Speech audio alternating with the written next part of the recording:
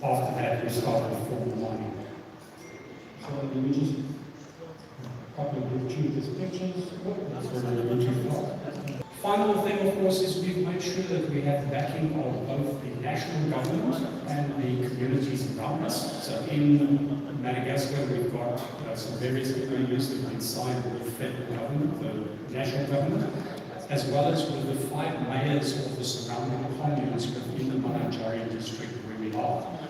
This is very important because if we don't have a buy-in both of national government and of these local communities around, the mine ultimately becomes a self-standing extractive unit. So we really, really important for us to have the buy-in of these communities. So we've really got into that point. So thank you. Thank you, Derek. Thank you. We've got time for one question. Who will ask a question? Whilst someone thinks, I will ask you something. So I kind of like lost it in the number of slides over there. What are you actually NFTing? Right, so what we've taken is the rights of the mine. And this is, by the way... So the mine is the NFT? Not the mine, the revenue from the mine. So imagine... How do you do revenue? That's functional, that's not... Okay, because the supply chain is under control. So what we do is we say, right, the mine itself as an equity investment is a very difficult investment for anybody from outside because these tend to be emerging or frontier markets where you're not sure about the governance, etc. So if I ask you to invest in a company in Madagascar, it's a headache for you, right? But I still don't see, so the investment I get, SPVs I get, which bit of that is the NFT? Where is it called? Okay, all the gold. Correct. So the revenue stream is what is captured, and you're investing in the revenue stream. All right. Any questions, ladies and gentlemen, or we move on to the next panel? All right. Round of applause, Derek. Thank you very much.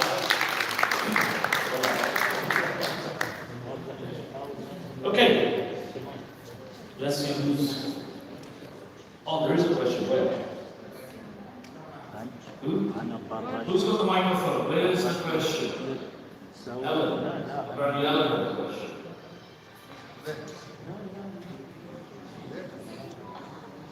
You got a question there? Well done. Go for it. Derek, this name is all yours. Okay.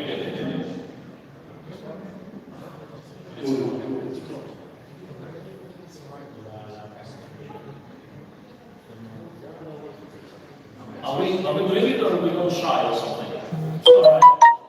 That's rude. You're going shy, Ellen. What's happening? And you're going to be on stage and think, hey, you need to be unshy. Go for it. Fire away. Derek, can this concept that you just presented for mining, other sectors? There's a problem with the microphone. Please change it. I'd like to know if this concept can be used in other areas as well, like for instance agriculture. Any form of that. Absolutely. So Any form of that. any revenue stream can be tokenized. That's the thing. I mean, it's any asset. You think of any asset, I can probably think of a business case for how to tokenize it and use data as an alternative to what you're seeing today. So what you're saying is you could possibly use NFTs and access to market through blockchain technology for smaller entrepreneurial agri-tech guys. Absolutely. That's in fact the next target for us beyond mining, because agriculture and mining are the two largest contributors to emerging market economies. So those are the two low-hanging fruit for us as a country. And so one could possibly address sustainability and sustainability practices through incentivization through NFTs for Absolutely. Absolutely. So that's what we do is we say of the NFTs that we've issued, 15% goes into ESG purposes, and that funds the ESG purposes around the mine. So they in perpetuity, the revenue of that mine, 15% goes into social governance and environmental projects surrounding the mine. We do the same thing for farming. As you can say, well, are there pieces that the farmer is responsible for, or are there pieces that are external parties taking care of it? You just issue them some of those tokens, and you know that there's in perpetuity, there's pieces of revenue stream will come into that. Thank you, thank you, thank you. Yeah, I mean, I hate the word NFT for those of you who were here yesterday, purely because I want to bring the old school into new school and vice versa. So basically, I call it tokenization of asset. It could be any asset. You can tokenize it. Forget the word NFT. It's just a fad, and we will lose that word as well soon. Okay. Gosh, you took your time, Virginia. What happened? You woke it up. Fire away. What's the question?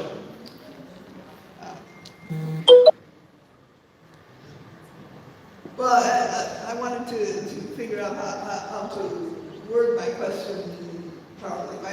It's actually two quick questions. One of them is, are you sure that this NFT would this NFT be considered a security from the standpoint of taxation? And the other question is, if it's linked to the revenue, and say it's the revenue from the facility in Abu Dhabi,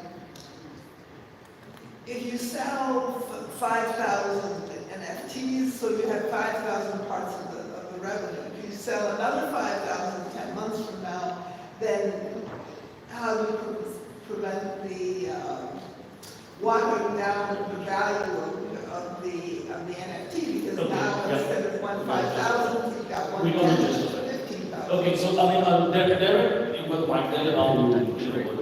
Right. So there are different ways of doing this. The way we've selected to do it is we've said, okay, the mining itself consists of several blocks. So that this relates back again to the license that the government gives someone to exploit a piece of land. So we've created 3 blocks.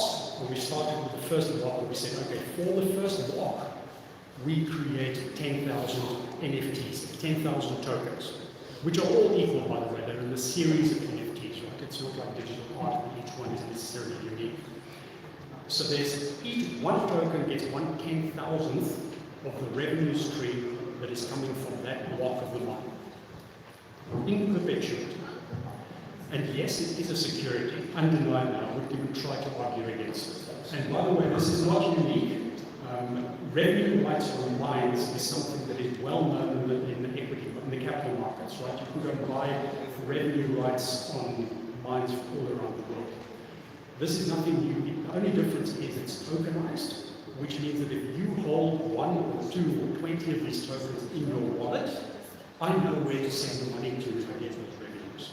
So I can program the distribution of the revenues, and I can distribute it.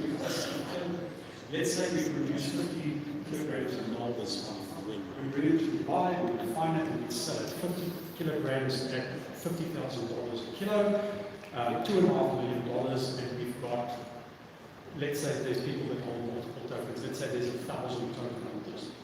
I can distribute that $2.5 million to those 1,000 people who take it up because of the 1155 standard allows you to do that. And by the way, the cost of that distribution, the fraction of it is taken by taking actual money and sending it through bank wire transfers to bank accounts. And the efficiency is a very big part of what this brings with it. Super, thank you.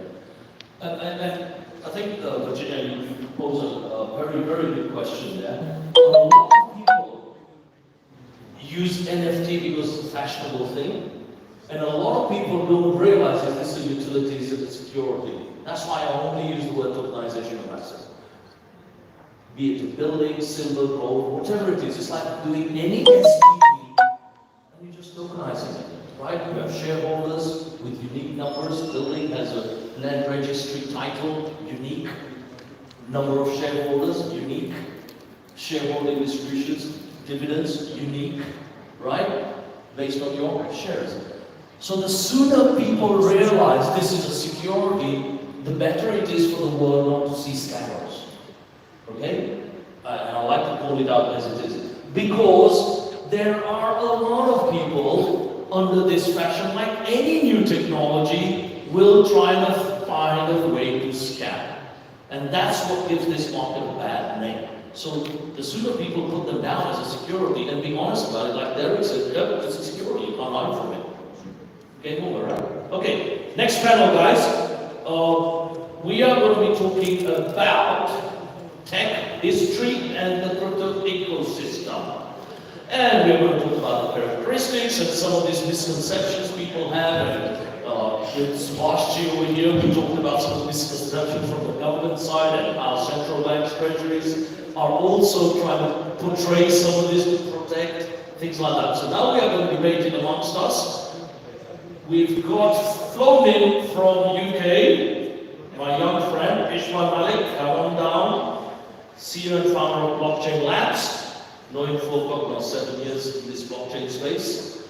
Been on various stages together around the world. Ronit Ghosh, Global Sector Head, Co-Head of FinTech Group's Citibank. Ronit, is Ronit around?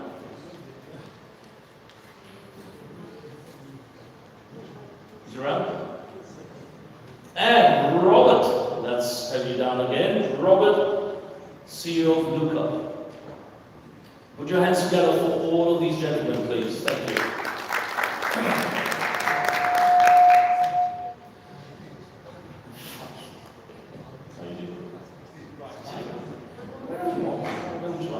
Let's have 3 more mics, please, guys.